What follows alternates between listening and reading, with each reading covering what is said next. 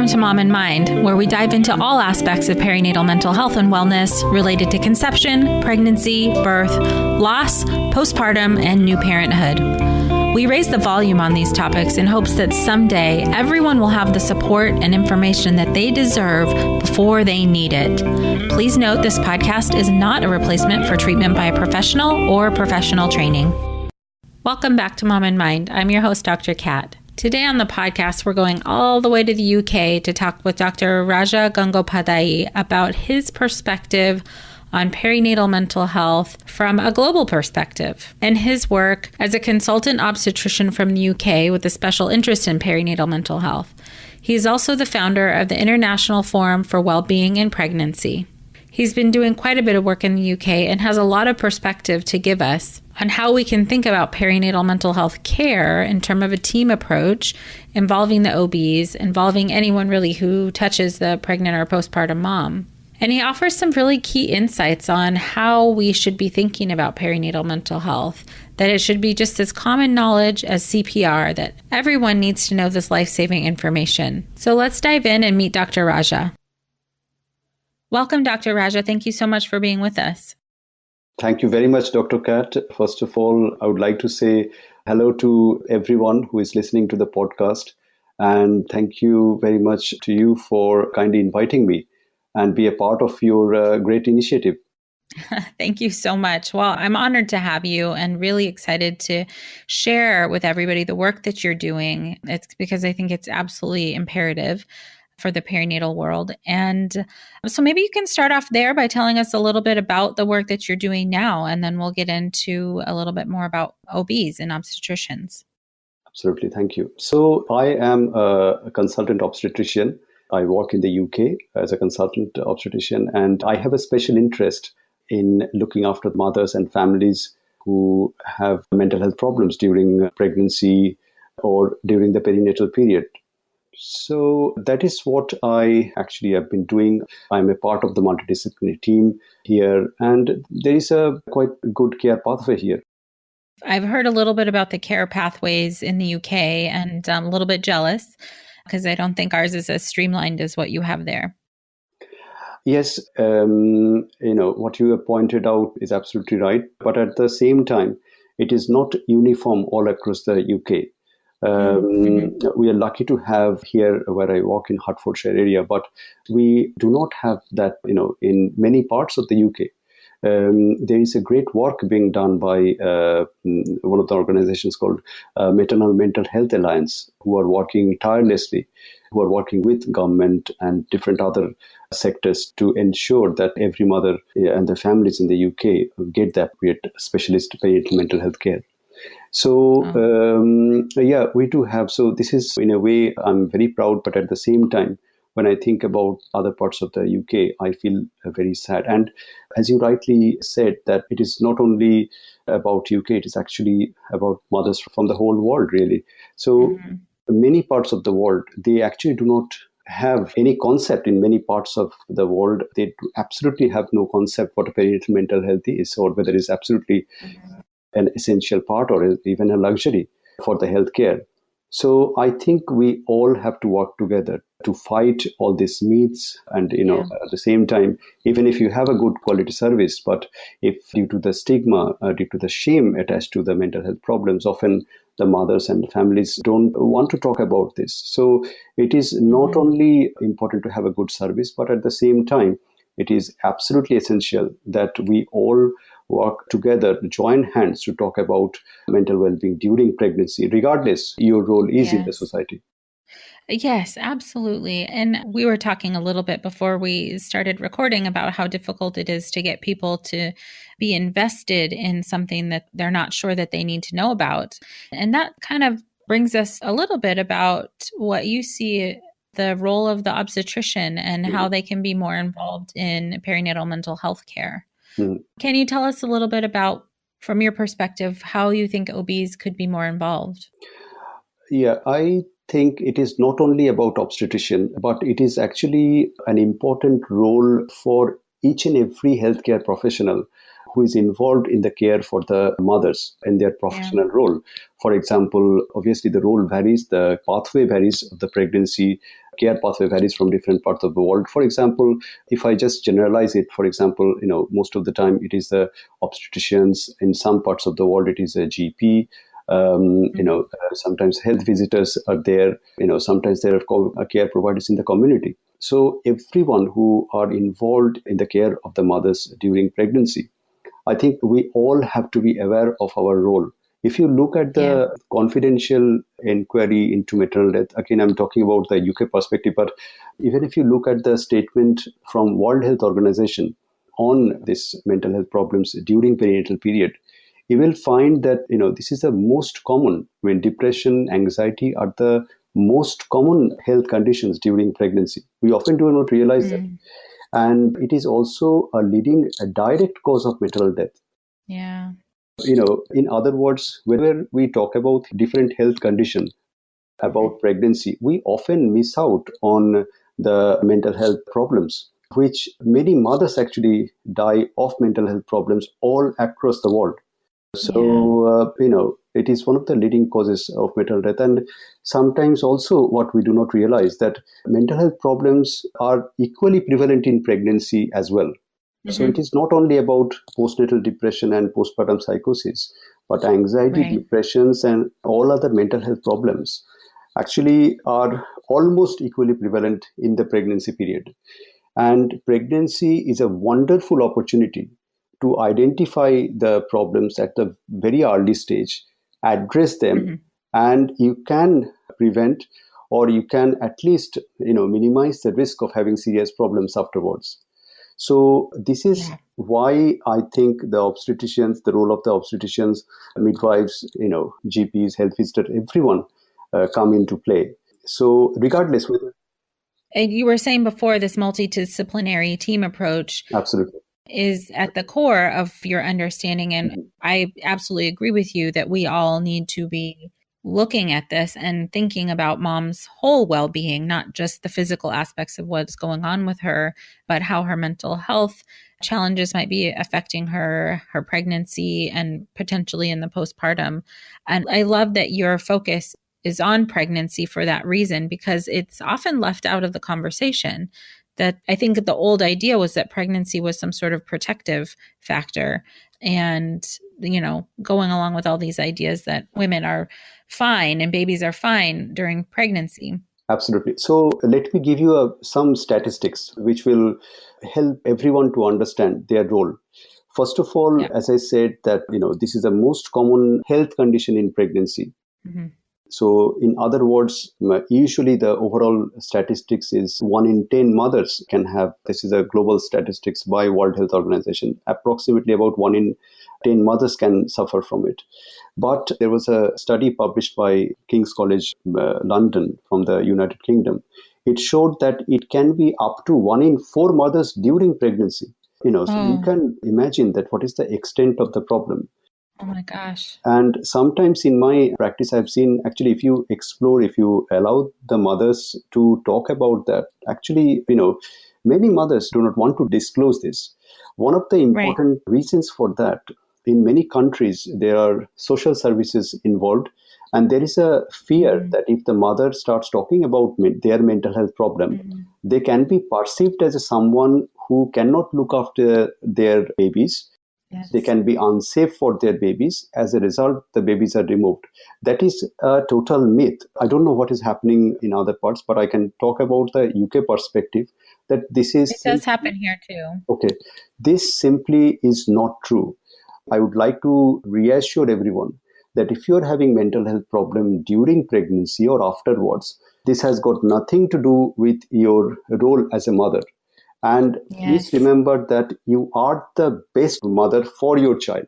No one can replace that one. In fact, there is something called mother and baby unit, where if a mother is quite seriously unwell from mental health problems and needs admission to a psychiatric unit, then best possible way to do that is actually to admit her in a mother and baby unit, where in spite of her having a serious mental health issue, she can still stay with the baby.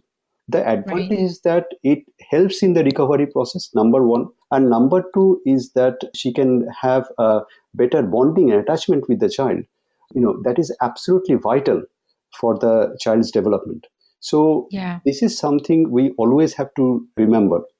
And sometimes also they feel that, if they talk about their mental health problems, then the society might see them differently, might become a bit judgmental.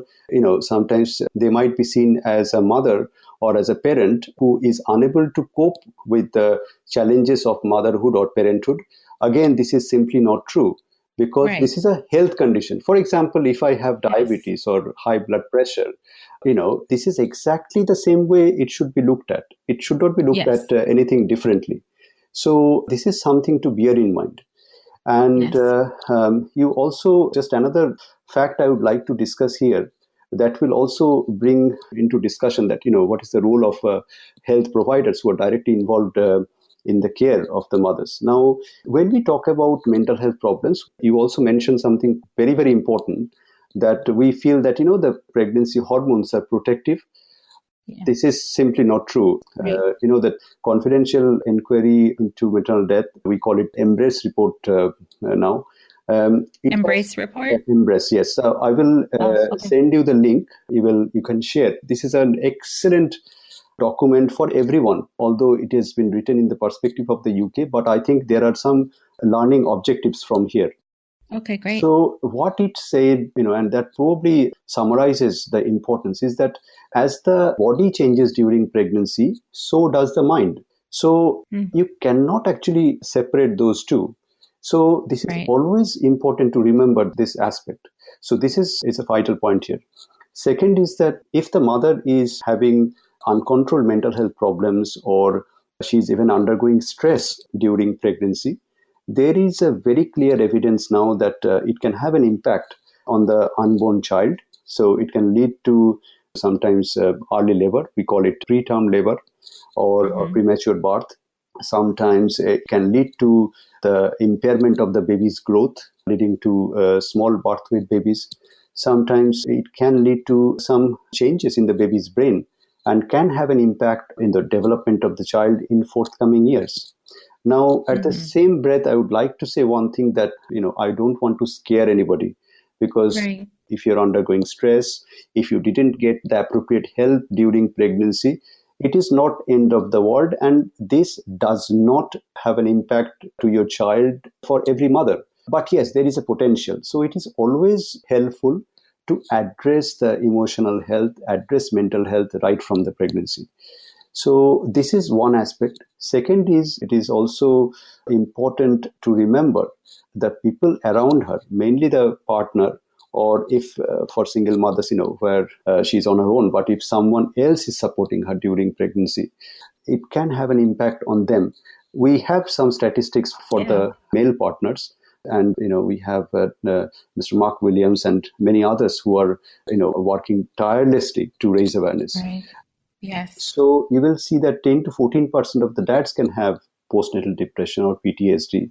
But in fact, the stigma and shame is much more in the partners, because, sometimes another thing to remember here is that when we are talking about dad's mental health, we are mainly sort of focusing on the male partners. But in my experience, I've seen that, it can equally have an impact on the same-sex partners or anyone playing in that role. I've seen, Anyone in a support role? anyone in that supporting role can be affected. So I think, we as a healthcare provider, we have a moral responsibility to ensure that, not only the mother, but the family is supported. So we must have a sort of a comprehensive strategy. In terms of what you see in the system in the UK, I know it's a little bit different than what we have here. There are really kind of cut out roles, specific roles for providers, where, the OB just does these sets of things, and the general practitioner does this set of things, and the doula does these other things. What have you seen that actually works, and how we can bring everyone together, even if, let's say, the OB doesn't have specific training in mental health or perinatal mental health? What are things that right now people can do to help bridge these gaps? Most of the time you do not have, it is always better to have quite extensive training, but most of the time it is a very basic knowledge and training what you need. And most of the time it is about the mindset. This is what I always tell.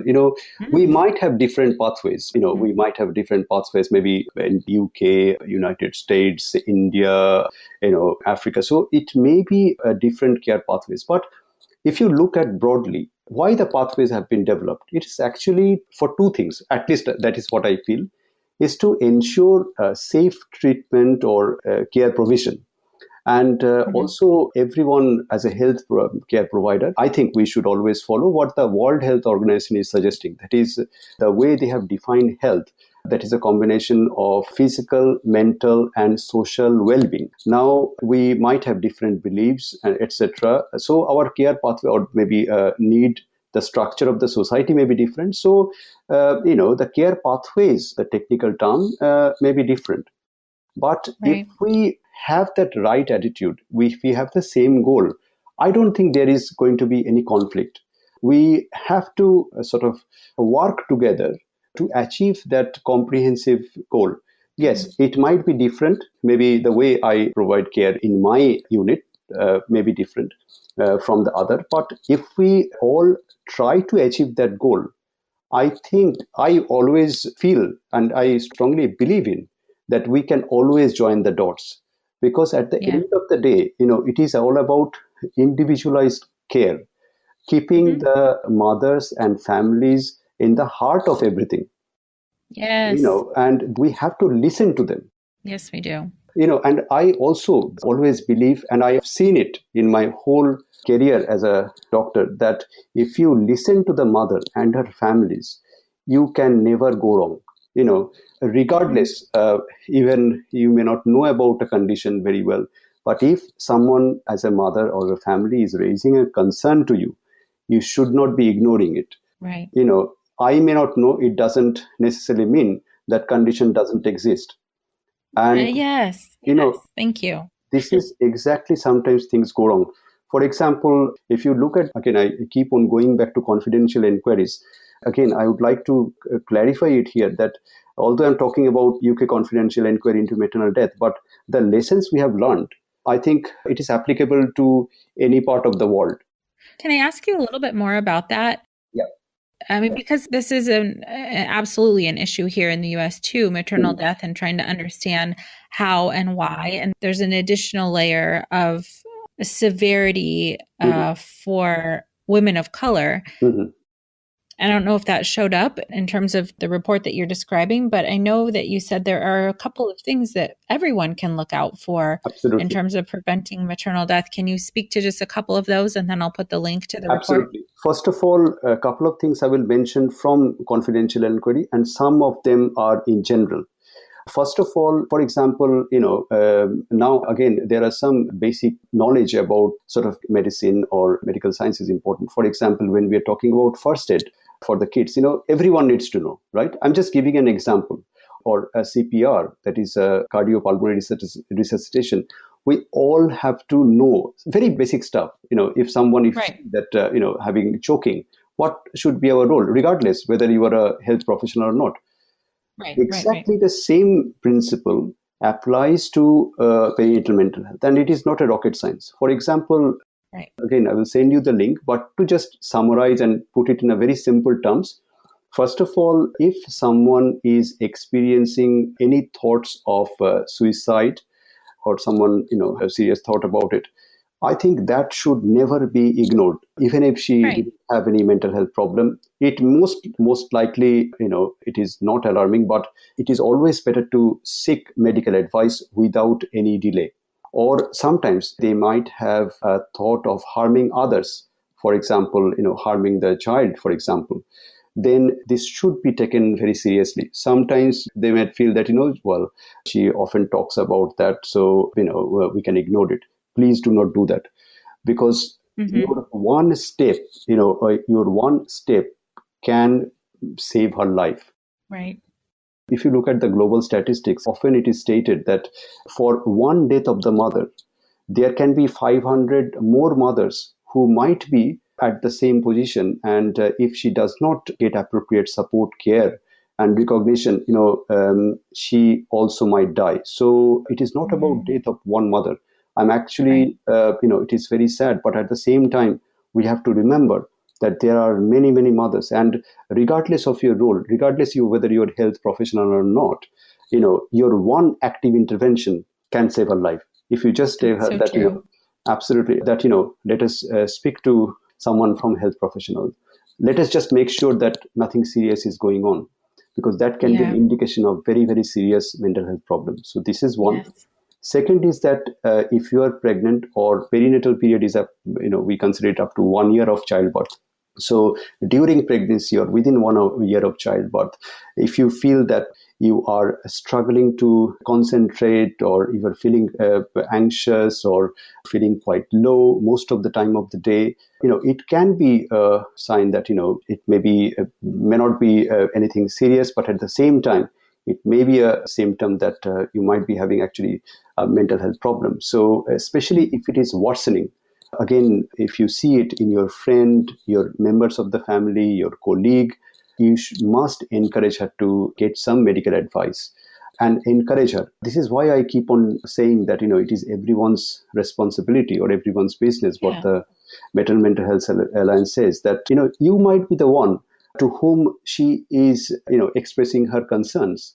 So you should not turn a deaf ear to her, but you should listen to her, acknowledge her concerns, and encourage her to seek help. Right. If you do Yeah. this bit, and that can help. Yeah, I love that. I mean, the way you're describing things, and I hope the way that people are hearing things, is that you don't have to go to a specialist in any one thing in order to be supportive and helpful. That if we're all kind of on board and thinking about things from the perspective of, here's a pregnant woman, or someone who experienced a loss, or someone who just now has a baby, Mhm. thinking about not that, well, she looks fine, so everything must be fine, but really asking the question and listening to her when she does talk, and having some fundamental knowledge of where, or maybe helping her find a resource is extremely, extremely helpful. And I think that a lot of what you're talking about with your work with the International Forum for Wellness in Pregnancy Mhm. is to really, and that it is international and is broad, and you're trying to bring in a lot of different people and organizations and perspectives to address these issues in a real broad and Mhm. not just localized way, but an actual international forum. Mhm. Can you talk about that work, what that is like? Absolutely. And before I go into that, I would like to just clarify one thing, that what we just discussed so far is that, we all have a role to encourage her to seek help. And as a healthcare professional, for example, specifically those who are directly involved, for example, obstetricians, midwife, or general practitioners in some of the countries, or health visitors, your role it is very, very important to identify your role, understand your role. Mm-hmm. If you don't do that, this is exactly where sometimes things go wrong. For example, if you look back at the confidential inquiries, or in fact a review of the maternal deaths, you will realize that most of the time the failing starts in pregnancy. And it is sometimes we take a step back, we feel that, oh, maybe as an obstetrician I don't have anything to do with it because I'm not a mental health specialist. But please remember that you will be the first one to identify and signpost her to the right direction. And your role and responsibility does not stop with just making a referral. You have to make sure that she is being referred to the right specialist perinatal mental health wherever possible, Right. or who can support her. And your role also to ensure that she is continuing to get the right support. Again, what the confidential inquiry has said, again, I think it is applicable from any part of the world, and in fact any health condition. They are saying that it is okay to ask, and it is okay to tell.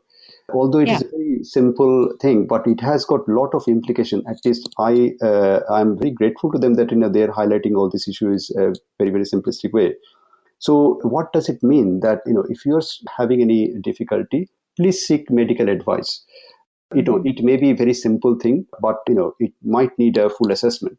This is one. And second is that it is okay to ask. In other words, if you feel that you are not getting better, it is always better to highlight that to healthcare professional. And Right. Yeah.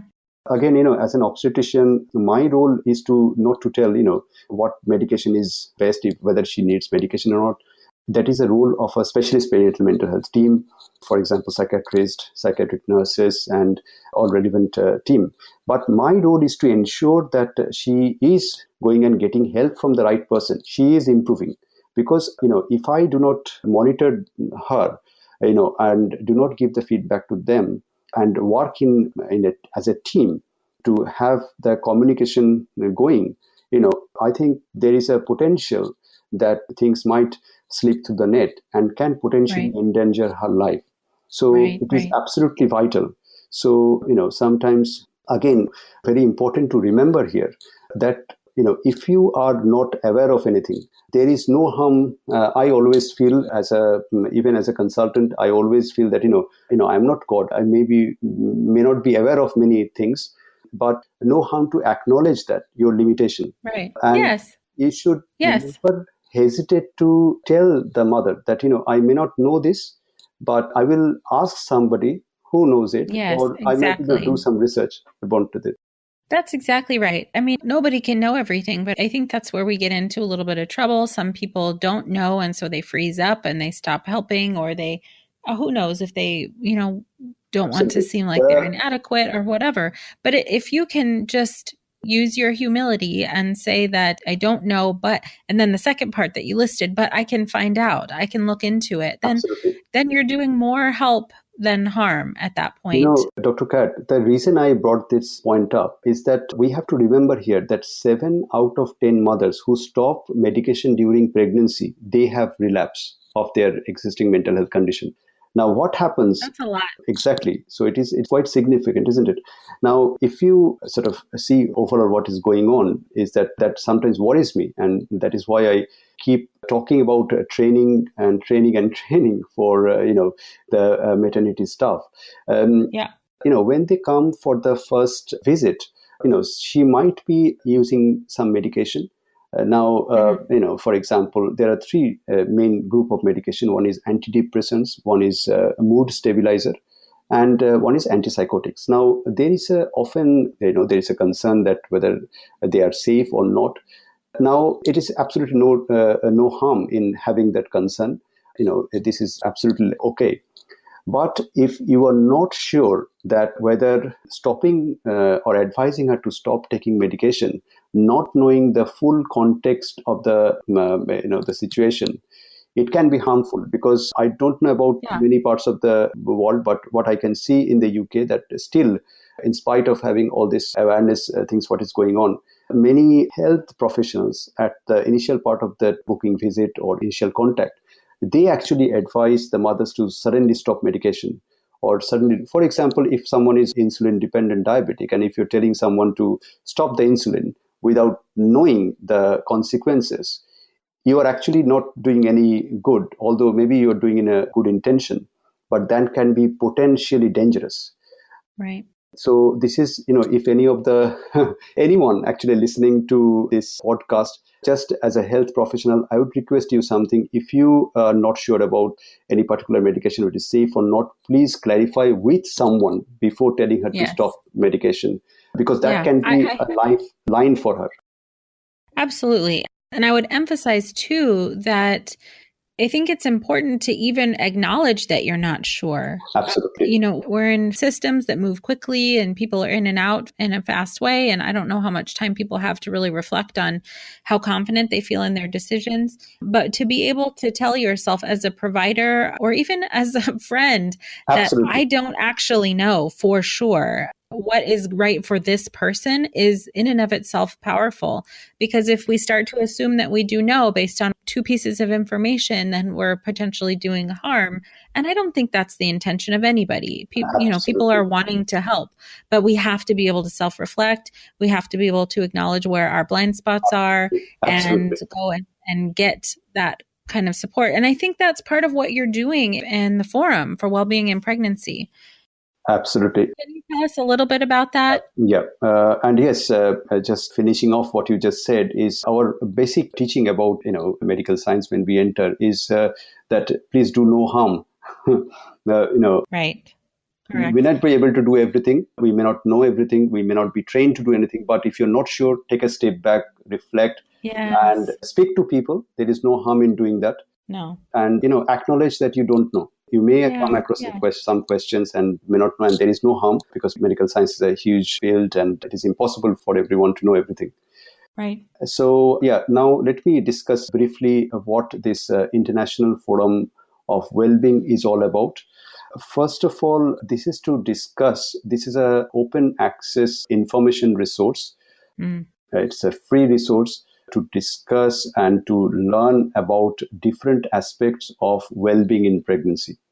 And this is an opportunity to explore what is going on with regards to different practices from different parts of the world with regards to well-being in pregnancy. Now, this is not only about perinatal mental health problems. Yes, perinatal mental health is a part of it, but it is about the emotional well-being, which is important in each and every single pregnancy from all over the world, regardless of the pregnancy outcomes.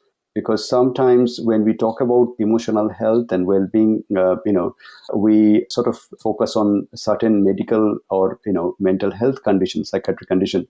But emotional health is important in each and every single pregnancy. It is absolutely vital part of each and every single pregnancy, whether you have mental health problems or not.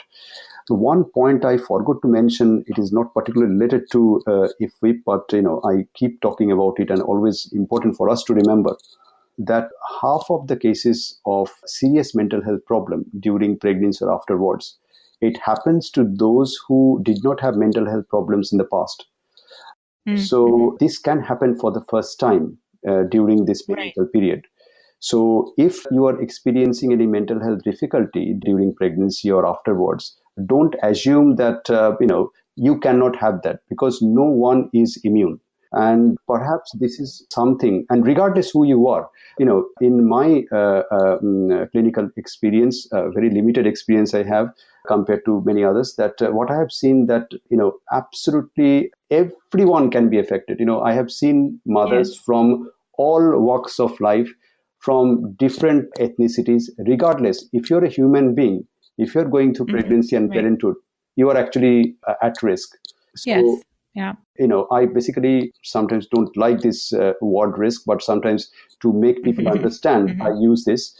But no one is immune. Everyone can be affected. So don't assume that, you may be financially very well off. You may have an excellent career. You never had any mental health difficulty. Does not rule out that, you cannot have any perinatal mental health condition. And it is absolutely possible to recover from it. And, the full recovery is possible. That's so important. That's so important to differentiate and make sure that people hear and understand that, because there are so many assumptions I find, and maybe this is true for all medical conditions, but I think in particular for perinatal mental health, there's a lot of assumptions about who's affected, what these moms are like, what their issues are, how this happens, and what it means about their parenting, and all of these things. Absolutely. This affects everybody. And it does affect everybody. And most of the time, it is simple measures. For example, even if you're not a health professional, if you see someone, one of your members of the family or friends, colleague, neighbor, who is pregnant, you all can play a simple role. And that can be a very, very vital part, actually. For example, I always talk about three important factors here. One is diet, one is rest, and third is relaxation. So these are the three important things. So in other words, you need to make sure that you are having nutritious diet, because you need to recover from the whole changes of your physical changes from the pregnancy and the birth process. So this is important. You need to make sure you are resting appropriately. You're sleeping properly, because sleep deprivation is one of the important factors in it. And third is relaxation. You must look after yourself, and in fact, it can have an impact on the relationship as well. So it is important. Absolutely. For your work with the forum, I will for sure put all of the links up that you discussed and places for people to find the work that you're doing. And how can people get involved? Possibly, we might actually discuss. There are a lot of aspects we are trying to cover from International Forum for Wellbeing in Pregnancy. Maybe we can have a discussion another day to in detail. But in the meantime, everyone can get involved from any part of the world, regardless whether they're health professionals or not. So they can do so. First of all, I will be sending you the different links on that. So they can email us, they can connect with us on Facebook, on Twitter, and also in Instagram as well. We have an account. On YouTube, we have a channel. But possibly the best and first port of call, maybe if you have any queries or anything you would like to contribute to this, you can be a part of that, then please email us at contact, CONTACT, at ifwip.org. So this is the best way, our first port of call, and then we can definitely explore how we can work together. Okay, fantastic.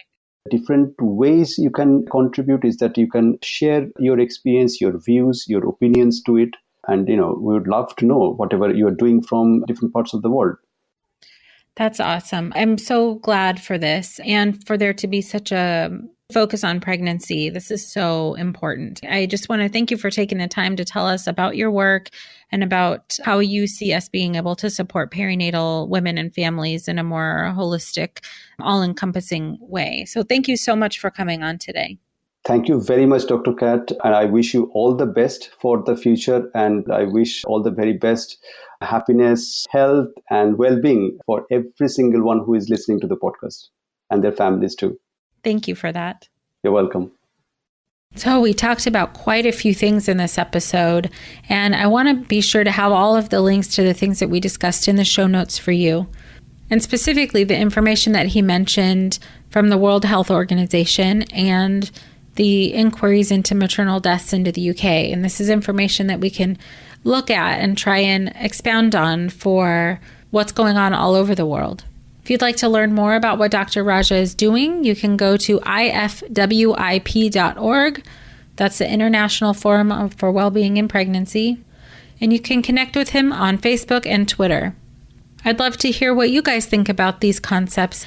And if you have any thoughts on how we can be doing better work globally and in our local communities, please come and find me on Facebook and Twitter and Instagram and join us in our Mom and Mind Connection Facebook group as well. Thanks for being with us. Until next time.